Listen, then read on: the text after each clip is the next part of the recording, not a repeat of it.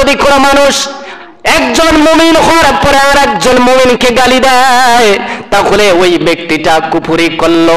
যে ব্যক্তিটা ঈমান আনার পরে অথবা ঈমান না আনার পরেও আল্লাহর রাসূলকে ব্যঙ্গ করে, ওই ব্যক্তিটা দুনিয়ার জমিনের মধ্যে কুফরি করলো।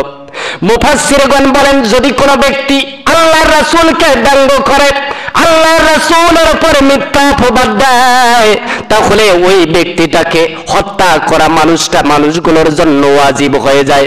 কারণ আল্লাহর রাসূলকে ব্যঙ্গ করা যাবে কি? রাসূলকে ব্যঙ্গ করা হচ্ছে কুফরি, মানুষের সঙ্গে খারাপ ব্যবহার করা, মারামারি করা হচ্ছে কুফরি। ও আল্লাহর আদরের বান্দারা, কুফরি কাকে বলে? কুফরি মানে হচ্ছে অবিশ্বাস। এই পৃথিবীর জমিনের মধ্যে একদল রয়েছে, নাম হচ্ছে কাদিয়ানী। তারা মাত্র কুরআনুল কারীম থেকে 3টা অক্ষর না মানার কারণে তারা কুফরি করেছে, তারা কাফের। তার মধ্যে হলো খতামিম, খতামান নবিয়িন। তারা আল্লাহর নবীকে শেষ নবী মানে না। সামান্য 3টা অক্ষর না মানার কারণে লোকগুলো কুফরি করবে। আর ওই কুফরি করার কারণে, কুফরি না করার কারণে কাদিয়ানীরা হচ্ছে কাফের। শুধু 3টা অক্ষর না মানার কারণে কাদিয়ানীরা কাফের। কেউ যদি কাদিয়ানীদেরকে কাফের না বলে, সে কাফের।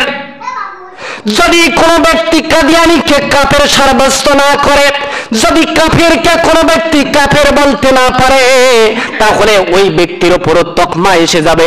যে ব্যক্তি আল্লাহর রাসূলকে শেষ নবী হিসাবে মেনে যায় না, তারা কি জোরে বলেন?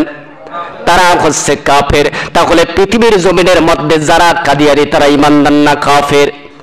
3টা জিনিস মানে না, খতামিম, খতামান নবিয়্যিন, সর্বশেষ নবী তারা মানে না।